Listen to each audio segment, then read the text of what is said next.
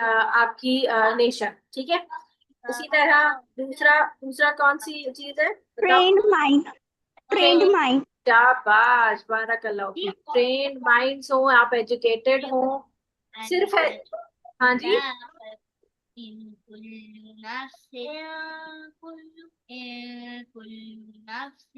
इनसे अपना mind mute करो। अच्छा, ट्रेन माइंड होने चाहिए या सिर्फ माइंड, सिर्फ माइंड नहीं ट्रेन होने चाहिए बल्कि एजुकेटेड भी हो। एजुकेटेड भी हो। शाबाश। फिर उसके अलावा और बताओ, और क्या क्या चीजें जरूरी है strength. Leadership. Leadership. Leadership. Leadership, yes, बाराकल्लाह फीक। स्ट्रॉन्ग लीडरशिप अगर उसके पास है किसी नेशन के पास, तो वो स्ट्रेंथ है। और बताओ। और स्किल्स। स्किल्स हैं, शाबाश, बाराकल्लाह फीक। कौन बता रहे हैं ये सब? माशाल्लाह, बाराकल्लाह फीक। माशाल्लाह, इशाद। और बताओ, और आप लोगों को याद है कुछ? और तो आप देखो, बनी इसराइल के बारे में हम ये पढ़ रहे थे ना, कि देखो बनी इसराइल को फिरौन ने सबसे पहले तो उसके नंबर ऑफ काउंट्स कम करता था।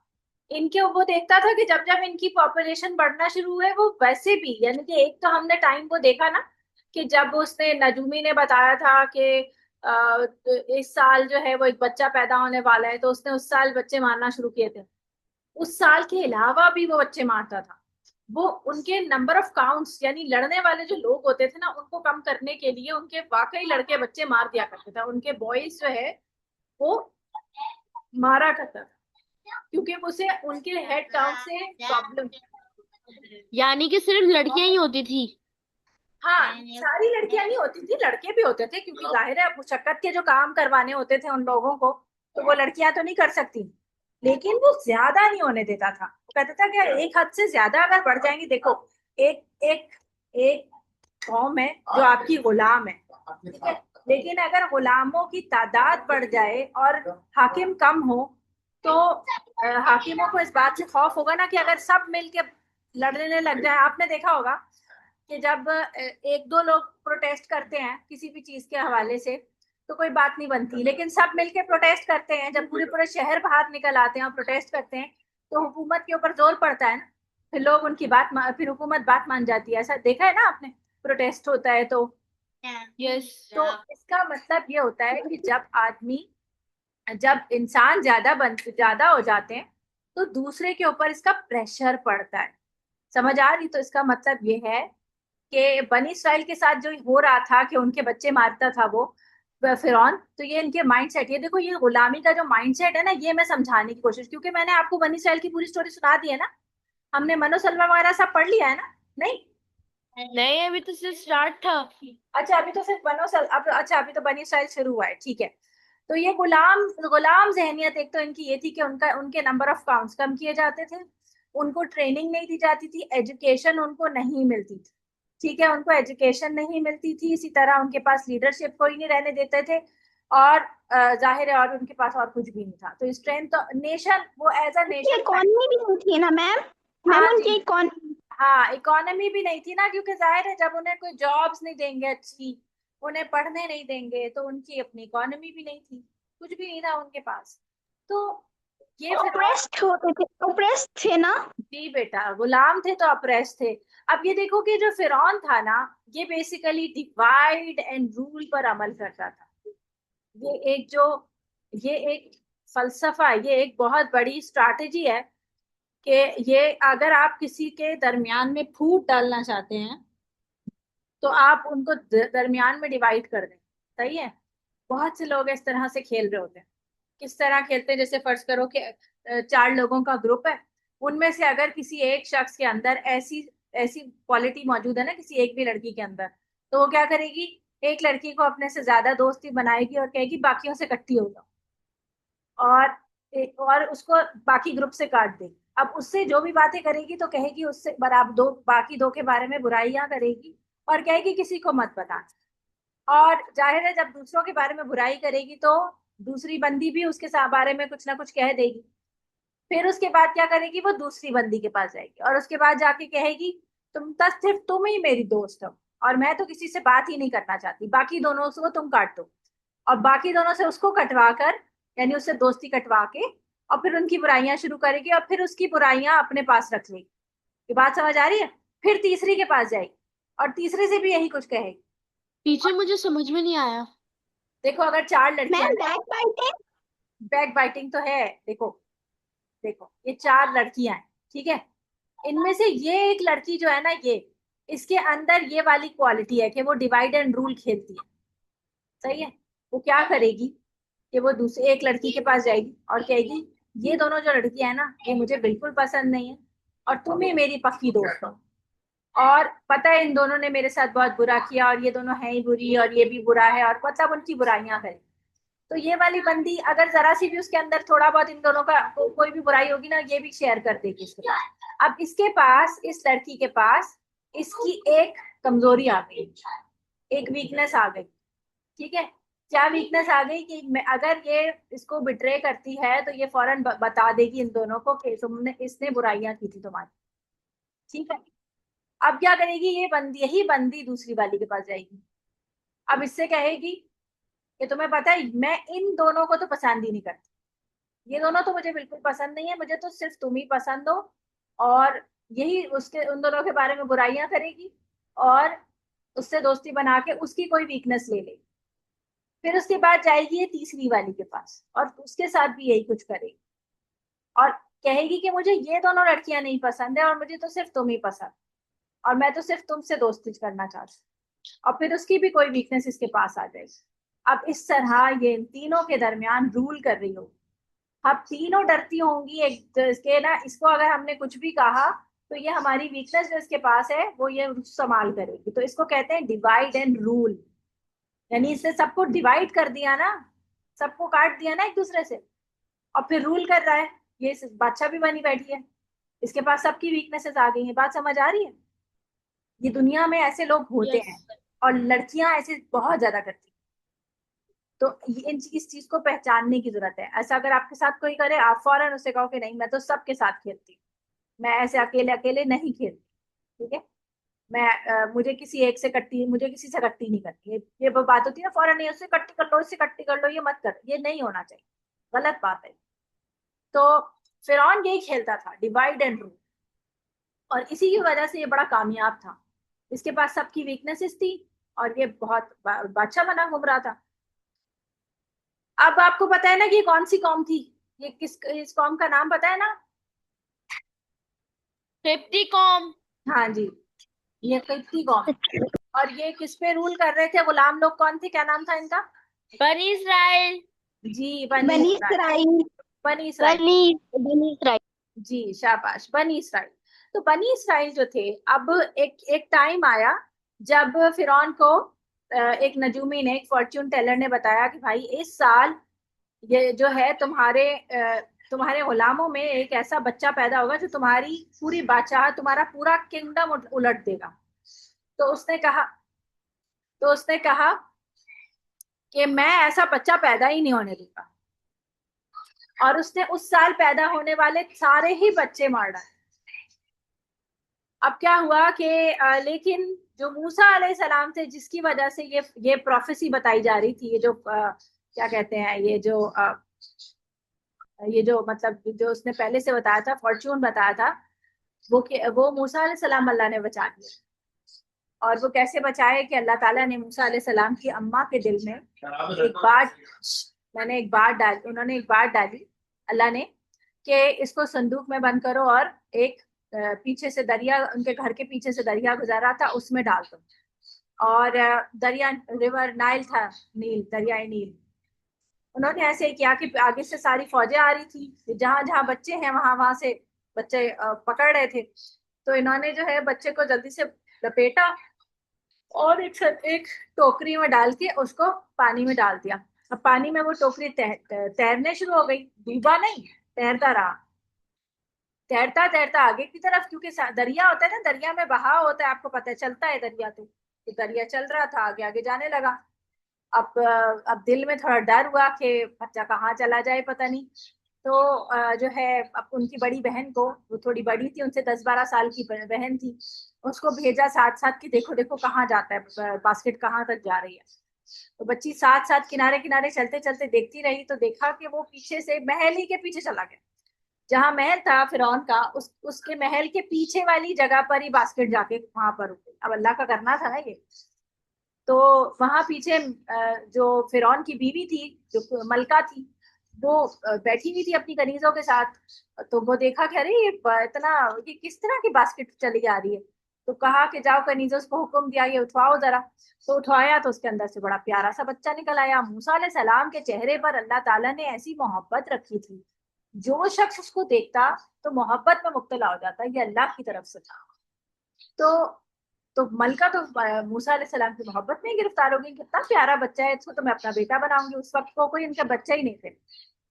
तो इन्होंने कहा मैं तो इसे अपने घर में रखूं। अब फिरौन आया, फिरौन जैसा जाबिर आदमी, उसने मूसा अलैहिस्सलाम को देखा तो वो भी मतलब इस बात पे कायल हो गया, ठीक है इसको रख लो घर।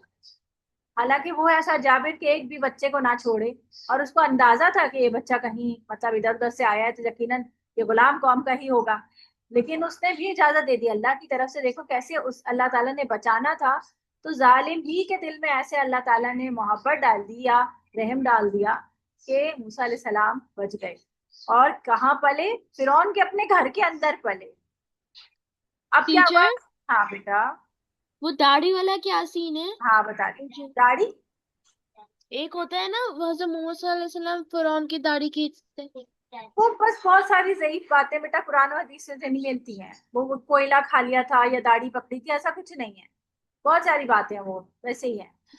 एक वाकया जो कुरान मजीद में आता है, वो आता है कि आपको पता है कि माँ का दिल कैसा होता है। एक बच्चे के लिए माँ का दिल जो है ना बहुत नरम होता है, और अपनी औलाद के लिए तो इस कदर नरम होता है। आपको पता है ना, आपकी मामा जो है वो, आपने कभी छोटा बच्चा किसी का देखा है करीब में, किसी का, किसी कजन का, किसी का कोई छोटा बच्चा हो, यस, यस। है ना? Yes, आपके यहाँ ma'am. तो हुआ है।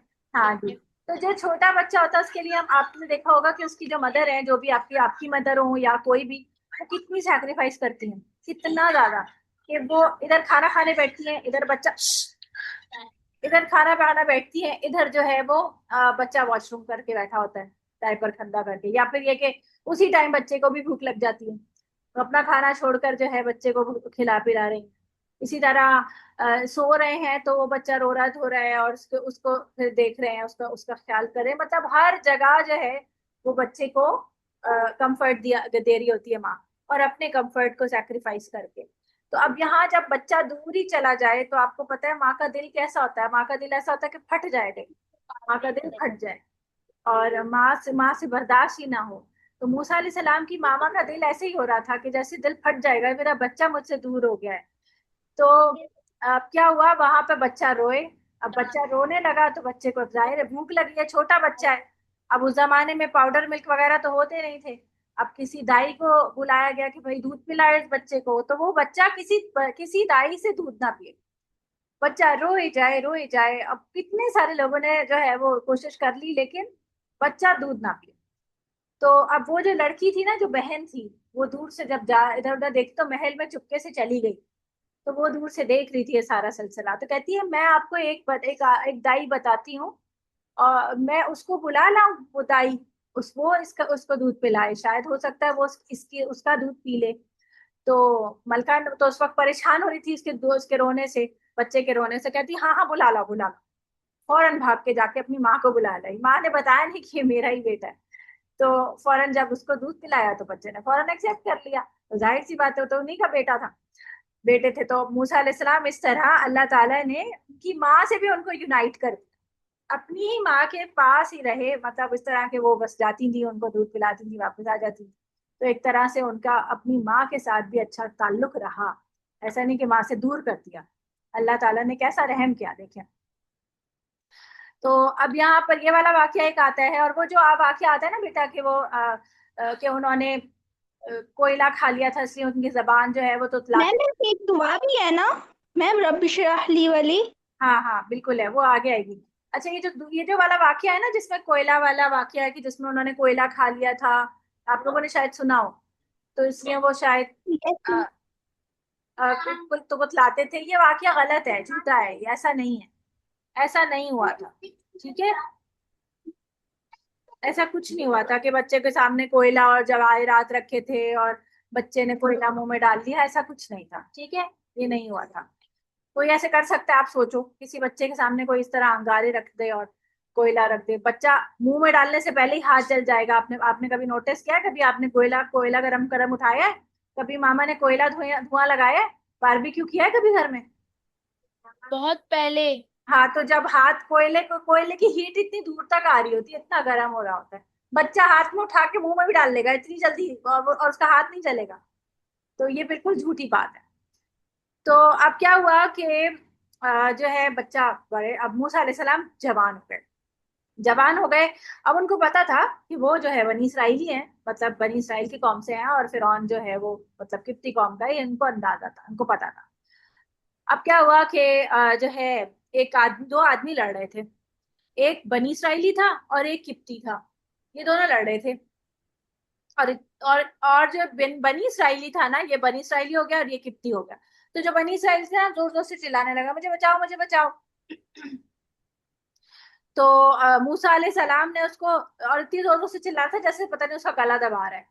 तो मूसा अलैहि सलाम ने इस आदमी को, किप्ती को, पीछे हटाने के लिए उसे एक मुक्का मारा, दूर करने के लिए। लेकिन मूसा अलैहि सलाम, क्योंकि रहीम मतलब उनके जिसामत थी, अच्छे मतलब ताकतवर इंसान थे, तो एक ही मुक्के में ये किप्ती नीचे गिरा और मर गया। ये दोबारा उठा ही नहीं।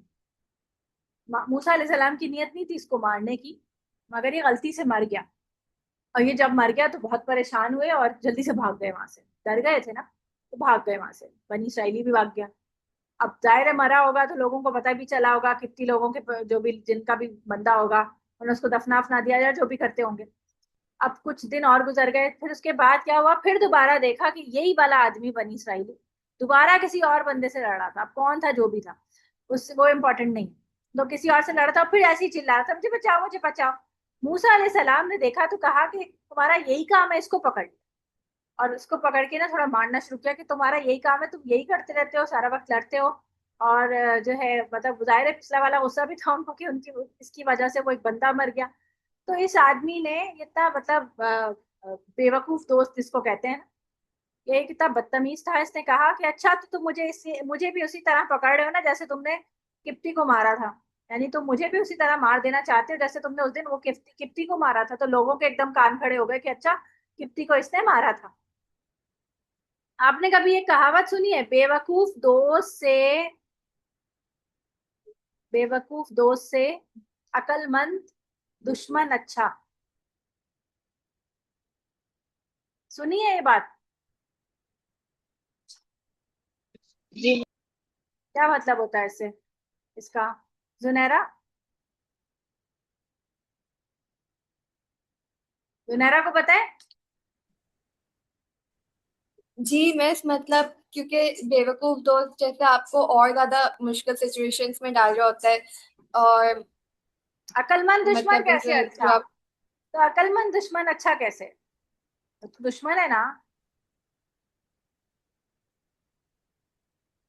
बताओ।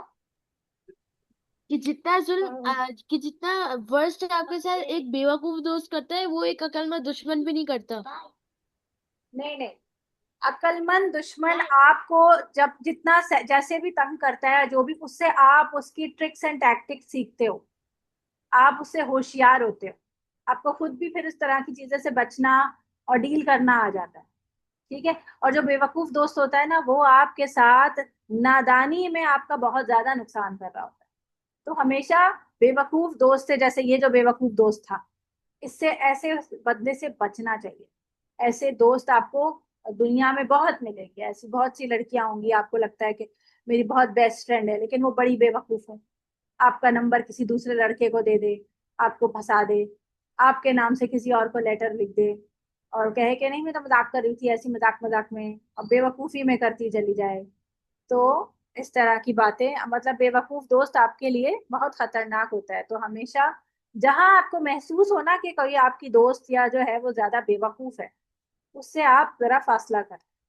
उसके साथ हमदर्दी हमदर्दी में ज्यादा आगे ना जाएं, क्योंकि वो आपको नुकसान पहुंचा सकता है, ठीक है। अच्छा, तो मूसा अलैहिस्सलाम ने जब ये भाग गए, फिर दोबारा मूसा अलैहिस्सलाम के लोगों को पता चल जाएगा। अब ये बात जो है फिरौन तक पता चल गई, मतलब दरबार में पता चल गया सबको। तो अब इसके बारे में फैसला आने लगा कि भाई मूसा के बारे में क्या करना है। उसने तो एक बंदा मार दिया हमारा।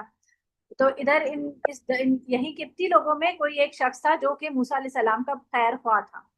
उसने आकर मूसा अलैहिस्सलाम से कहा कि वहां से भाग जाओ, तुम्हारे जब है पता नहीं शायद कत्ल के फरमान जारी होने वाले हैं, तुम भाग जाओ यहाँ से। मूसा अलैहिस्सलाम ने ये ताव देखा ना ताव, वो घर भी वापस नहीं गए, अपने कुछ सामान भी नहीं उठाया, वहीं से ही भाग गए। और ये इजिप्ट में थे ना, किस जगह थे? इजिप्ट। इजिप्ट। इजिप्ट से निकलकर कहाँ चले गए? मदियन। कहाँ चले गए? मदियन। मदियन चले गए। ये इस तरह लिखा होता है, मदियन से मदाइन नहीं पढ़ते, मदियन। मदियन चले गए। अब मदियन जाके अब वहां पे जाके एक जगह बैठ गए। अब क्या करते, काफी दूर था मदियन। वहां पहुंचकर सांस लिया कि चलो मैं एटलीस्ट दुश्मनों से तो दूर आ गया हूँ, लेकिन करूं क्या? अभी दरख्त के किनारे बैठे कुछ सोच ही रहे थे और अल्लाह से दुआ मांग रहे थे। दुआ कौन सी थी? दुआ थी रब्बी इन्नी लिमा अंजलता इलैया मिन खैरिन फकीर। सुना है किसी ने? सुनी है ये दुआ? यस। और किसी ने सुनी है ये दुआ? जी मैं सुन तो ये दुआ ना पढ़ा करो। इस दुआ को ना आप याद करेंगे, अंजलता इलैया मिन खैरिन फकीर। नेक्स्ट टाइम मैं सुनूंगी, ठीक है? ये वाली दुआ, ये वाली दुआ आप लोगों को जो है ना सब ग्रुप में भेज दीजिएगा। आप ग्रुप में लेके मुझे याद दिला दीजिएगा। क्लास बंद करते ही ना मैं सब भूल जाती हूँ। तो ग्रुप में आप मुझे याद दिलाइएगा कि मैंने ये भेजी, ठीक है? मेरा फोन यहाँ से गायब हो गया है।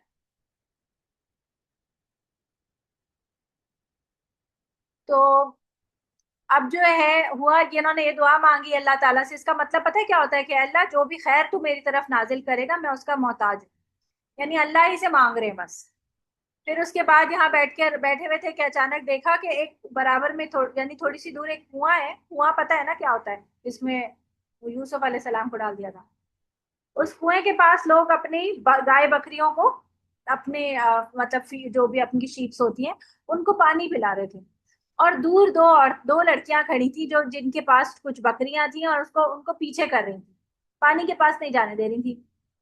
मूसा अलैहिस्सलाम देखते रहे थोड़ी देर, फिर उसके पास उठ के गए और उन दोनों लड़कियों से पूछा तुम पानी क्यों नहीं पीने दे रही जानवरों को? तो उन दोनों ने कहा कि इसलिए क्योंकि बहुत रश है वहां पर और इस रश में हम नहीं घुस सकती, तो इसलिए हम यहाँ रुक कर रश कम होने का वेट कर रही हैं। अब आप ये सोचिए, इससे आपको क्या सबक मिला? इस बात से आपको क्या सबक मिला?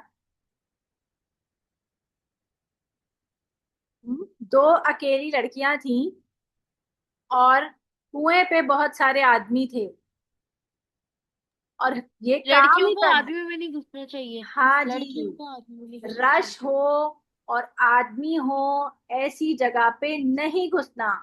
वेट करना है अपनी बारी का कि चलो चाहे वेट करना पड़े, काम ना हो, जाना ना पड़े, आपको इस रश में कभी नहीं घुसना चाहिए। पता है आपको ये बात समझ आती है? ये बहुत खतरनाक होता है कि आप किसी रश की जगह में आप तो अकेले अंदर घुस जाए। और इसमें क्या होता है कि आदमी बहुत बदतमीज होते हैं, इधर उधर हाथ लगाते हैं, चिपकते हैं, गंदी बातें करते हैं। तो ये आपको, और आपको पता भी नहीं चलता कि किसने किया। इतने रश में पता भी नहीं चल रहा होता कि किसका हाथ आ रहा है कहाँ से, इधर उधर से।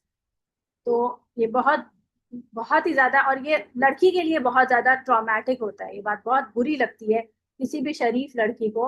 अल्हम्दुलिल्लाह, हाँ, आप सब शरीफ और खानदानी लड़कियां हो ना। जैसे मैंने लास्ट टाइम बताया था आप लोगों को, ये पूरी अच्छी तरह बताई थी ना, शरीफ और खानदानी लड़की कौन होती है? कि जिसको कोई भी रास्ते में कहीं हाथ लगा दे उसे बहुत बुरी लगती है ये बात, वो बिल्कुल नहीं पसंद करती है बात। तो इसलिए ऐसी रश वाली जगह में बिल्कुल नहीं घुसना, चाहे कुछ भी हो, ठीक है? तो जो है, तो अब ये दोनों इंतजार करी थी। तो मूसा अलैहिस्सलाम को इन पे रहम आया, इनकी बकरियां लेकर गए रश में से। अब आपको पता है ताकतवर थे, इधर उधर लग घुस कर जल्दी से जगह बनाई, पानी पिलवाया बकरियों को, और मतलब डोल डाल के उन्होंने पानी निकाला, बकरियों को पानी पिलाया और उनको वापस कर दी। ये दोनों वापस अपने घर चली गई। सही है। फिर थोड़ी देर के बाद ये वापस आकर ये अपनी जगह पर बैठ गए, ये दरख्त के नीचे बैठे हुए थे। इनमें से एक लड़की वापस आई, एक लड़की वापस आई और आके कहती है हमारे अब्बा आपको बुला रहे हैं, हमारे अब्बा बूढ़े हैं वो आपको बुला रहे हैं। ये यहाँ पे ही बता दिया था उन्होंने कि हमारे अब्बा बूढ़े हैं और हम दो लड़कियां जो है अकेले नहीं घुस सकती यहाँ पर। तो मूसा अलैहिस्सलाम ने कहा अच्छा। जब ये इनके पास गए तो कहते हैं कि शायद इनके बाबा, इनके जो अब्बा थे वो भी शायद नबी ही थे, शुएब अलैहिस्सलाम। तो ये भी नबी ही थे। तो इनके पास जब ये गए तो उन्होंने उनका उनका पूछा कि तुम यहाँ पे नए लगते हो, क्योंकि छोटी छोटी बस्तियां होती थी ना, सब एक दूसरे को जानते हैं। तो जब नया लोग कोई आया तो फौरन ही पहचान गए कि तुम कोई और लगते हो। तो कहते हैं कि तुम कौन हो भाई। तो उन्होंने कहा कि मैं तो मिस्र से आया हूँ और ऐसी ऐसी मेरी कहानी है भाई, मुझसे गलती से बंदा कत्ल हो गया है, मैं भाग के आया हूँ वहां से। तो शुएब अलैहिस्सलाम ने कहा कि अच्छा। तो इतने में एक लड़की था सजेस्ट करती है कि बाबा इसको हम अपने पास नौकरी पे रख लेते हैं, बकरियों के लिए जो है वो हम इसको देखभाली के लिए रख लेते हैं, इसका भी काम हो जाएगा, इसको रहने की जगह भी मिल जाएगी। लेकिन बाबा उनके जाहिर सी बात है वो मेच्योर थे, उन्हें बात पता थी कि मेरे घर में दो जवान बेटियां हैं, मैं दो जवान औरतों के दरमियान लड़कियों के साथ इस जवान आदमी को नहीं रख सकता। ये बात समझ आती है ना? अकेले प्राइवेसी में ऐसा तो नहीं ना कि मैं जवान लड़कियों के दरमियान में एक आदमी रख लूं। अब इन दोनों के दरमियान कुछ हो गया तो फिर। तो उन्होंने कहा कि मेरी एक बेटी से शादी करनी होगी, अगर तुम्हें मेरे साथ मतलब हमें अगर हम तुम्हें अपने घर में जगह दे सकते हैं, मेरी बेटी से शादी करनी होगी। और यह है कि फिर जो आपको पता है कि जो निकाह होता है ना, निकाह, इसके इसका एक बड़ा जुज होता है, एक बड़ा जुज होता है, वो क्या होता है? मेहर, हके मेहर। इसके बारे में पता है आप लोगों को? हक मेहर क्या होता है? पता है किसी को हक मेहर क्या होता है? जी मैम नाम सुना है लेकिन इतना नहीं पता। ठीक है, ठीक है, बता देती हूँ। जुनैरा आपको पता है हक मेहर क्या होता है? जी मिस, आपकी जो औरत होती है उसकी सिक्योरिटी के लिए ना आपको कुछ बेटा, रकम या सिक्योरिटी, कोई भी चीज देनी। ना ना ना, ये बड़ी बड़ी गलत बात है ये सोचता कि ये सिक्योरिटी होती। ना ना ना, सिक्योरिटी बेटा, सिक्योरिटी तो अल्लाह है। सिक्योरिटी कोई भी माल इंसान के, औरत के लिए कितना दिन चल जाएगा, खजाने थोड़ी होते हैं हक महर में। ठीक है, देखो हक महर बेसिकली क्या होता है कि देखो, एक होता है लड़का जिस जो दूल्हा है, ठीक है, और एक है लड़की जो है दुल्हन। ठीक है, अल्लाह ताला ने हमारा मजहब है उसमें दुल्हन पर और दुल्हन के घर वालों पर कोई बोझ नहीं डाला। जब शादी होगी तो ना दुल्हन ना शादी का बारात का खाना जो है वो हमारे दीन का हिस्सा है, ना मेहंदी, ना मायूं, ना कोई भी और रस्म। ये सब हमने कहाँ से लिए? हिंदुओं से। हमारे यहाँ बारात का कल्चर ही नहीं है। कभी न, हमारे सहाबा या कोई अरब में या कहीं पे बारात नहीं जाती। इतने सारे लोग जमा जमे गफीर होके जा रहे हैं और बेचारे लड़की का बाप जो है वो लड़की भी दे रहा है, रो भी रहा है क्योंकि बेटी जा रही है, और पैसा भी इतना खर्च कर रहा है। नहीं, ये बिल्कुल नॉन इस्लामी हरकत है, ये नॉन इस्लामी रस्म है। ठीक है, और उसके साथ एक और नॉन इस्लामी वो होती है, वो क्या है? जहेज। जहेज क्या होता है? पानी बता दो यार। जो लड़की के माँ बाप उसे है ना देते हैं। हाँ, तो क्यों देते हैं? दूसरे जिस घर में वो जा रहे होते हैं उनके घर में बेड नहीं होता, उनके घर में ड्रेसिंग टेबल नहीं होता, उनके घर में बर्तन नहीं होते, इलेक्ट्रॉनिक्स नहीं होते, यही दे रहे होते हैं ना दहेज में, सब फ्रिज और बाकी सब चीजें। जिस घर जा रहे होते हैं वो घर खाली होता है बिल्कुल। जो नो लड़का है, मैम। हाँ, जो लड़का होता है, दूल्हा होता है, वो बिल्कुल खाली होता है, क्या फकीर होता है। उसके पास कुछ नहीं होता। ये सब चीजें दुल्हन का बेचारा बाप दे रहा होता है ये सब चीजें। ये गलत कल्चर है। आपको पता है हिंदुओं में, जो हिंदू आपको पता है ना, इंडिया में हिंदू होते हैं, यहाँ पे भी होते हैं वैसे तो, लेकिन हिंदुओं में ये कल्चर है कि उनके यहाँ अगर बेटी पैदा होती है ना तो वो बड़े अफसोस करते हैं, दुख होता है उनको, क्योंकि उनको अब दूल्हा खरीदना पड़ेगा। दूल्हा खरीदना पड़ता है उनको जहेज के अगेंस्ट। अब जिसका लड़का होता है वो बड़ा खुश होते हैं, अगर थोड़ा सा भी बढ़ा दिया ना उस पर लड़के को, अब वो उसकी ज्यादा से ज्यादा डिमांड रखते हैं। वो कहते हैं, वो अगर लड़की देखने जाते हैं ना तो वो लड़की को देखते हैं तो हाँ खूबसूरत है, सब कुछ ठीक है। अब वो कहते हैं अभी आप हमें बताएं, आप हमें कितने पैसे देंगे जहेज? तो वो कहता है कि मैं 25 लाख तक दे सकता हूँ। तो फिर वो बोलेंगे नहीं नहीं, वो फला वाली फैमिली जो है वो तो हमें 30 लाख देने को तैयार है। मतलब वो बाकायदा इस तरह बोली लगाते हैं अपने अपने लड़कों की, और बाकायदा जहेज के अगेंस्ट वो लड़का बेच रहे होते हैं, एक तरह से बेच ही रहे हैं ना। वो लड़की भी दे रहे हैं और दूल्हा भी खरीद रहे हैं। यही चीज मुसलमानों, क्योंकि आपको पता है कि पाक और हिंद एक ही थे ना, पहले इंडिया और पाकिस्तान एक थे, तो यही चीज हमारे यहाँ, हमारे एंसेस्टर्स कभी हिंदू रहे होंगे ना, तो 100 साल पीछे, यस मैम।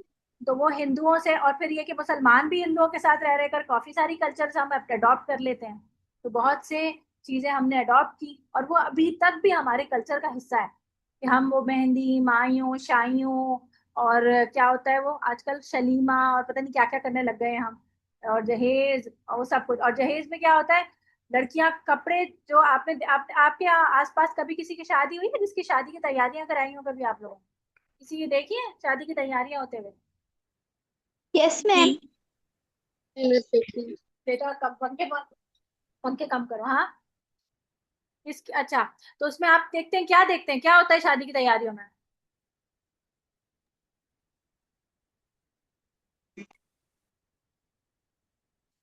हाँ, क्या हो रहा होता है? जूते, कपड़े खरीदे जा रहे होते हैं, जूते खरीदे जा रहे होते हैं, उससे मैचिंग की ज्वेलरी खरीदी जा रही होती है, मैचिंग के बहुत सारे शूज लिए जा रहे होते हैं, और पता नहीं क्या अल्लम वल्लम चीजें खरीदी जा रही होती है। तो इन सब चीजों का की ज्यादा कोई जरूरत है, आपको पता है इतनी चीजों की जरूरत नहीं होती किसी भी इंसान को। जितनी चीजें जहेज के नाम पर लड़की को दी जा रही होती हैं, वो पैसा बहुत ज्यादा वेस्ट होता है।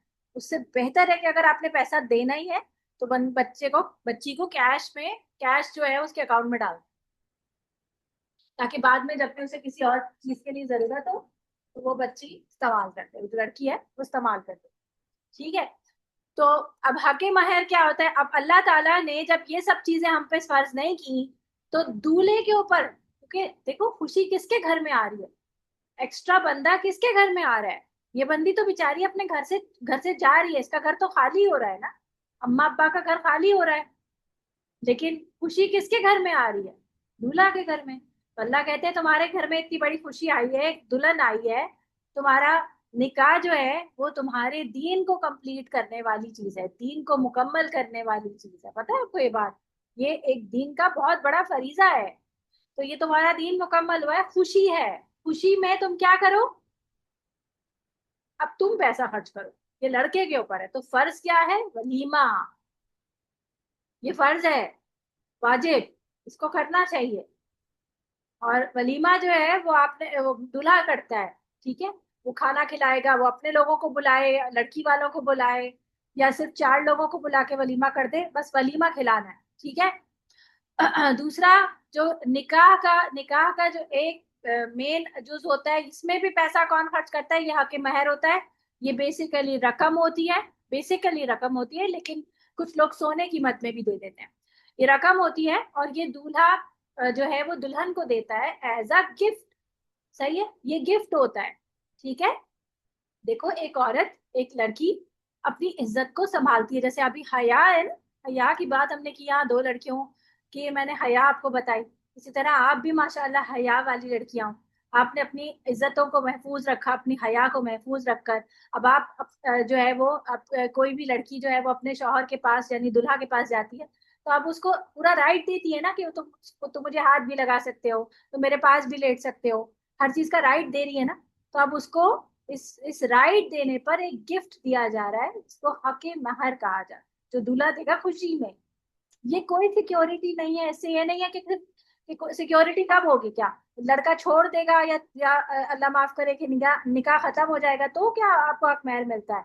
हक महर हर सूरत में देना होता है, जैसे ही आपका निकाह हुआ आपको हक महर देना होता है, बंदे को, दूल्हा को, दुल्हन को हक महर देना होता है, ये गिफ्ट होता है, वो अपनी मर्जी से खर्च करेगी, उसको ये मतलब किसी को बताने की जरूरत नहीं है मैं कहाँ लगा रही हूँ, कहीं पे भी लगा सकती है, वो चाहे तो उसी से गिफ्ट यस। खरीद के अपने दूल्हा को भी दे सकती है। जी बेटा। बस लेकिन ऐसा नहीं होता कि जैसे फॉर एग्जांपल अगर किसी ने रकम लिखवाई है हक में तो हम्म। कुछ होती है जो आपको फौरन देनी होती है, कुछ होती है जो सिर्फ आप डिवोर्स के बाद ही दे सकते हैं। ना, ये चीज ये ना एक होता है मुअज्जल और एक होता है गैर मुअज्जल। मुअज्जल का माना होता है उजलत से है, ठीक है, मुअज्जल का माना होता है फौरन देनी है। ये टर्म्स खुद ही उसी वक्त डिसाइड कर ली जाती हैं, अगर बंदा कहता है हाँ मेरे पास अभी पैसे हैं मैं फौरन दे दूंगा, वो मुअज्जल लिखवा लेता है। फिर वो कहता है कि मैं मेरे पास आधे पैसे मैं आधे अभी दे दूंगा और आधे बाद में, तो वो कहता है आधा मुअज्जल आधा गैर मुअज्जल, ठीक है। तो गैर मुअज्जल वो होता है कि जिसकी मुद्दत नहीं होती वो कभी भी दे देगा, लेकिन मुअज्जल ही लिखवाना चाहिए, जो कभी भी वाली बात होती है ना वो कभी नहीं मिलती है, ठीक है। क्योंकि फिर आपका मियाँ आपका अपना हो जाता है, वो कहता है मेरी बीवी है, मेरी चीज है, इसकी चीज भी मेरी है, तो वो फिर वो ढीला पड़ जाता है, वो नहीं देता। तो और ये इतनी इम्पोर्टेंट चीज है, यानी ये हक महर ऐसी चीज है कि अगर फर्ज करें कि दूल्हा मर जाए तो जो इसकी विरासत होगी ना उसमें ये कर्ज के तौर पर ये रकम मौजूद होगी, मतलब ये कर्ज के तौर पर होगी कि सबसे पहले इसकी विरासत बंटने से पहले इसका हक महर उसकी बीवी को दिया जाएगा, उसमें से निकाला जाएगा, उसके बाद उसकी विरासत बटेगी। ये यानी कि ये कर्ज रहेगा सारी जिंदगी उसके ऊपर, सही है। फिर ये कि कुछ लोग, कुछ औरतें कहती हैं अच्छा छोड़ो माफ कर देती हैं या कुछ इस तरह, क्यों माफ करें भाई, भाई नहीं माफ करना चाहिए, लेना चाहिए। अल्लाह ताला ने एक चीज हमारे लिए लिखी है, क्यों ना ले हम, ठीक है। तो तो ये हक महर, अब शुएब अलैहिस्सलाम ने जो हक महर लिखवाया ना, अब जाहिर है आपको, उनको भी पता था मूसा अलैहिस्सलाम बगैर साजो सामान कुछ भी नहीं था उनके पास, तो ये कुछ पैसे वगैरह तो नहीं दे सकते थे। उन्होंने कहा कि तुम जो है वो 8 साल यही रहोगे, मेरी बेटी के साथ मेरे ही घर में रहोगे। इसको इस तरह रहने को क्या कहते हैं हमारे यहाँ भाषा में, घर दामाद, ठीक है, तो हमारे घर में ही रहोगे, और अगर कुछ और रहना चाहो तो तुम्हारी मर्जी। तो मूसा अलैहिस्सलाम 8 साल रहे, बल्कि 2 साल और ऊपर रहे, तो टोटल कितने हो गए, टोटल कितने हो 10 गए, साल 10 साल हो गए, शाबाश। तो मूसा अलैहिस्सलाम 10 साल तक मदियन में रहे और मिस्र नहीं गए। 10 साल बाद वो अपनी बीवी को लेके मिस्र जा रहे थे, फिर आगे क्या हुआ वो हम कल पढ़े। अच्छा, यहाँ तक बात अच्छी तरह समझ आ गई, हक महर की, निकाह की, जहेज की। Yes ma'am. ठीक है, चले। कोई और सवाल हो तो इस हवाले से आप मुझसे पूछ सकते हैं, कल पूछ लीजिएगा, ठीक है।